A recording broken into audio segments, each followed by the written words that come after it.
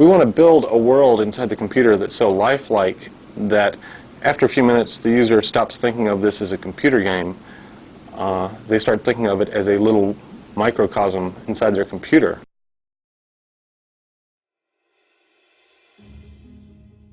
Will Wright is one of the most influential video game designers of the industry. This fact becomes clear when we look at his work.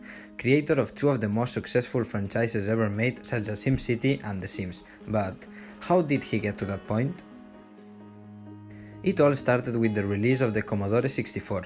He bought it day one and spent the next 2 months just learning everything he could about it and applied all that knowledge on his first game, Raid on Bungling Bay, a shoot 'em up where you control a helicopter, or as he defines it, the stupid helicopter game.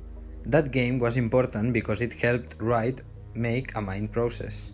I built a program that allowed me to scroll around that little world, make the terrain, put down roads, buildings and stuff, and it was basically my editor for this game, and I found I was spending a lot more time and having a lot more fun building these little worlds than I was blowing them up with a helicopter. So with that idea in mind, he started working on his next project, and at the same time attracted the attention of one investor, Jeff Brown.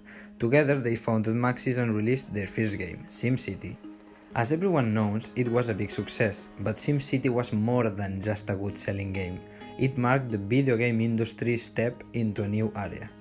At that time, most video games were focused on action, graphics or narrative, but SimCity offered a new type of gameplay, an open-ended gameplay, that gave rise to the God game genre. SimCity led the way of games such as Civilization and Age of Empires. With this success, Will worked on a bunch of other Sims, one of everything you can imagine, and after this, EA bought Maxis and started the development of a new game. That game was The Sims, and it became another milestone on Will's career. The Sims nowadays is one of the best-selling sagas ever made. Wright was also involved in the development of The Sims Online and The Sims 2. And so, at this point, Will started working on his next big project, a more ambitious game, Spore. Released in 2008, a video game about life and evolution. Although it wasn't a bad game, it wasn't very well received.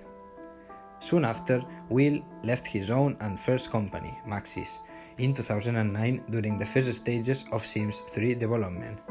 Then he focused his time on the Stupid Fan Club, a startup company and experimental development studio.